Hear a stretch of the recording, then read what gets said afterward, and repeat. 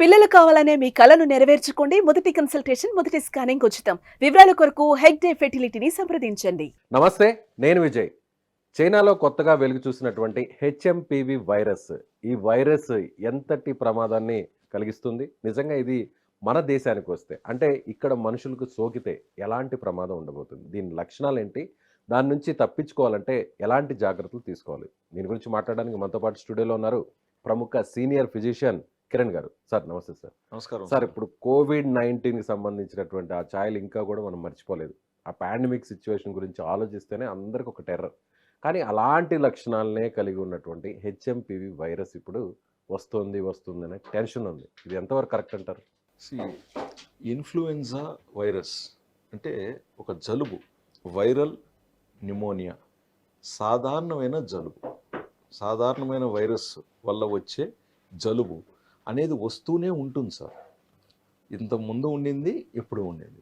But అది కొత్త రూపురేఖలతో వచ్చినప్పుడు కొంచెం ఇబ్బందికరంగా ఉండింది కోవిడ్.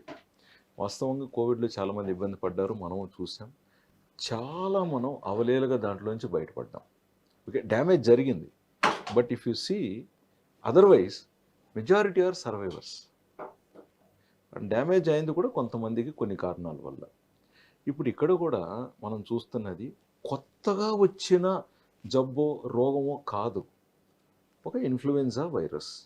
ఒక కొత్త ఫామ్లో కానీ కొత్త మ్యూటేషన్ తీసుకునేది కాబట్టి మేబీ మన బాడీ దాన్ని కొంచెం రికగ్నైజ్ చేయాలి. రికగ్నైజ్ ఎప్పుడైతే చేసేస్తుందో దెన్ ఇమీడియట్గా మనం దాన్ని అటాక్ చేయగలుగుతున్నాం, మన బాడీ ఇమ్యూన్ సిస్టమ్.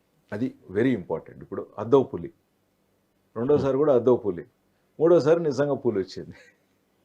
స్కూల్ వచ్చినప్పుడు ఏం చేయాలి? సో మనము ఇదివరకు కూడా గమనించాం, కోవిడ్లో కూడా కొన్ని విషయాలు నేర్చుకున్నాం. సో ఎవరు తీవ్రంగా ఇబ్బంది పడ్డారు? అన్కంట్రోల్డ్ డయాబెటిక్, అంటే షుగర్స్ బాగా ఉంటూ అవి అదుపులో పెట్టుకోక నాకేం కాదులే అనుకున్న వారిలో కొంచెం తీవ్రంగా వచ్చింది. లేదా వృద్ధాప్యంలో ఉంటూ సరైన సందర్భంలో సరైన సకాలంలో వైద్యం అందని వాళ్ళు ఇబ్బందులు పాలయ్యారు. లేదా వైద్యం అందినప్పటికీ అది సరిగ్గా పాటించక లక్షణాలు పెరిగి తీవ్రత పెరిగిన తర్వాత ట్రై చేసి ఇబ్బందుల్లో ఎదుర్కొన్నారనమాట. లేదా అన్డయాగ్నోస్డ్ డయాబెటీస్, అంటే వీళ్ళలో షుగర్ ఉంది కానీ ఆ విషయం ఆ వ్యక్తికే తెలీదు, హైలో కూడా ఉంది, లక్షణాలు లేకుండా ఉంది, ఈలోపు ఇది సోకింది, దీంతో తీవ్రత పెరిగింది. ఇన్ఫ్యాక్ట్ మనం గుర్తెచ్చుకుంటే మనకు నెల్లూరులో ఫస్ట్ మనకు డెత్ అయిన డాక్టరు అవును, హై షుగర్తో ఉన్నారు డాక్టర్. అవును. మళ్ళీ ఆయన చెన్నైకి తీసుకెళ్ళి అక్కడ పాపము జరిగింది, చాలా ఇబ్బంది అయింది. సో ఈ విధంగా మనం ఎవరైతే రిస్క్ ఫ్యాక్టర్స్ ఎక్కువగా ఉన్న జనాభా ఉన్నారో వాళ్ళని గుర్తించి వాళ్లకు పద్ధతిగా అడ్వైజ్ ఇవ్వటం అనేది వెరీ ఇంపార్టెంట్. నేను అంటున్నది ఏంటంటే ఎటువంటి జాగ్రత్తలు తీసుకోవాలనే విషయాన్ని గురించి మనము చర్చిస్తున్నాం. భయపడటానికి ఏముంది? భయపడి మనం ఏం సాధించబోతున్నాం? భయపడి ఇంకొకరు స్ట్రెస్ తెచ్చుకుంటే మన ఇమ్యూన్ సిస్టమ్ ఇంకాస్త వీక్ అయితే మనం ఇంకొంచెం దాన్ని సోకించుకోవడానికి అర్హులు ఎక్కువ అవుతాం. మనం ఆ టైంలో కూడా ఎక్కువ మంది భయపడిన వారే చివరి వరకు వెళ్ళారు. అవును, కొంచెం ధైర్యంగా ఉన్న వాళ్ళు, కాన్ఫిడెన్స్ ఉన్న వాళ్ళు ఈజీగా బయటపడ్డారు. సరైన డాక్టర్ని సరైన సందర్భంలో సకాలంలో వైద్యం సంప్రదించి తీసుకున్న తర్వాత సరైన మందులు కూడా వాడిన వారు, సరైన మందులు కూడా ఇప్పుడు ప్రిస్క్రిప్షన్ దొరుకుతుందండి, జెన్యూన్ మెడిసిన్స్ వాడి ఉండాలి. మళ్ళీ జెన్యూన్ మెడిసిన్స్. ఈలోపు కొంచెం సరదాగా చెప్తాను, కక్కుర్తిపడి ఆ డిస్కౌంట్ అని చెప్పి, ఎందుకంటే ఇటీవల నకిలీ మందులు పట్టుబడుతున్నాయని చెప్పి న్యూస్ పేపర్స్లో ఎక్కువగా వస్తున్నాయి. నిన్న మొన్న కూడా న్యూస్ పేపర్లో నకిలీ మందులు పట్టుబడ్డాయని చెప్పి వచ్చిందండి. ఇదివరకు చరిత్రలో ఎప్పుడు లేదు ఇలాగ నకిలీ మందులు పట్టుబడటం. So very important. ఒక డాక్టర్ మీకు ప్రిస్క్రిప్షన్ ఇచ్చినప్పుడు అది సింపుల్ మెడిసిన్ అయినా సరే, ఈవెన్ పారాసెటమాల్ కావచ్చు, ఒక యాంటీబయాటిక్ కావచ్చు, జెన్యూన్ మెడిసిన్స్ తీసుకోండి. 10 రూపాయలు తక్కువకి వచ్చిందని చెప్పేసి మనం తీసుకోవటం వల్ల వాటి పొటెన్సీ తక్కువ ఉంటే హై డోసెస్ వాడాలి, ఎక్కువ డోసెస్లు వాడాలి. దాని ద్వారా మళ్ళీ లివర్ కిడ్నీకి అనవసరంగా ఇబ్బందులు ఉంటాయి. పర్టికులర్గా ఈ వైరస్కి సంబంధించి రాకుండా ఉండాలంటే వచ్చినా కూడా ఎంతవరకు మనం జాగ్రత్తగా ఉండాలి? ఎలాంటి ఆహారపు అలవాట్లు, లేదంటే మీరు అన్నట్లు కొన్ని ప్రివెన్షన్ లాంటివి చేస్తే ఎలా ఉంటుంది?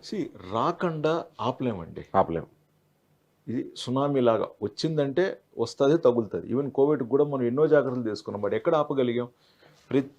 ప్రతి మనిషికి ఏదో ఒక రూపంలో అది తాకింది. బట్ తర్వాత ఇతను రోగి అయ్యాడా లేదా అనేది వేరే అంశం. ఇక్కడ కూడా ఇన్ఫ్లుయెన్జాకి మనం తీసుకుంటే బేసిక్ జాగ్రత్తలు ఏంటి? క్రౌడ్లో వెళ్ళకూడదు, ఒకవేళ ఒక్కరికి దగ్గు, జలుబు, తుమ్ములు వస్తూ ఉంటే ఫస్ట్ చేయాల్సింది ఏంటంటే అతను రిఫ్రెయిన్, అంటే అతను ఇంట్లో ఉండాలి. అతను ముందుకు వచ్చి నలుగురితో కలిసే పనులు చేయకూడదండి. అది క్రమశిక్షణ. మీరు యూరోప్లో కూడా చూడండి, ఎప్పుడు కూడా సీజన్స్లో వాళ్ళకి ఇన్ఫ్లుయెన్జా వస్తూ ఉంటుంది. ముఖ్యంగా ఈ జనవరి టైంలో వాళ్ళకు కోల్డ్ ఎక్కువ -డిగ్రీస్కి వెళ్ళినప్పుడు ఇన్ఫ్లుయెన్జా వస్తూ ఉంటుంది.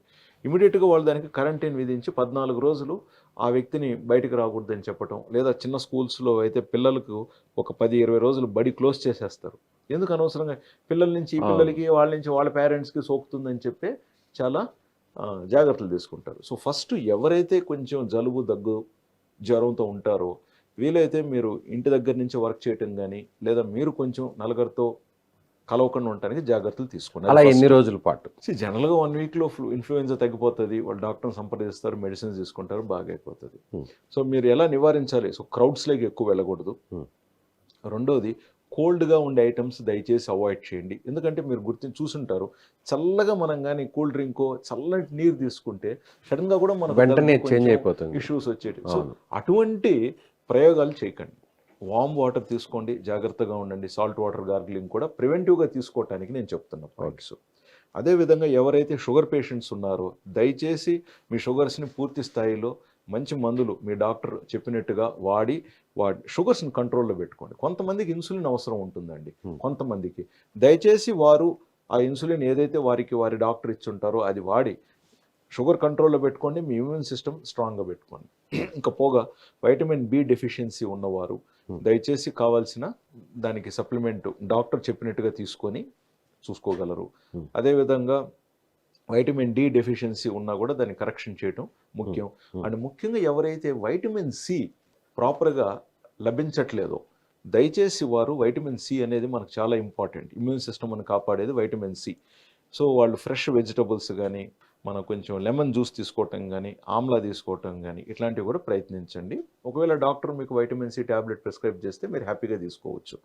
బట్ దయచేసి సొంతంగా వెళ్ళి సొంత మెడికేషన్స్ చేయకండి. ఇది డాక్టర్ని అయితే కలవడం మంచిది, ఇంపార్టెంట్ అండి. ఈ లక్షణాలు కనిపిస్తే కలవడం మంచిది. భారతదేశంలో డాక్టర్లకి అయితే కరువు లేదండి.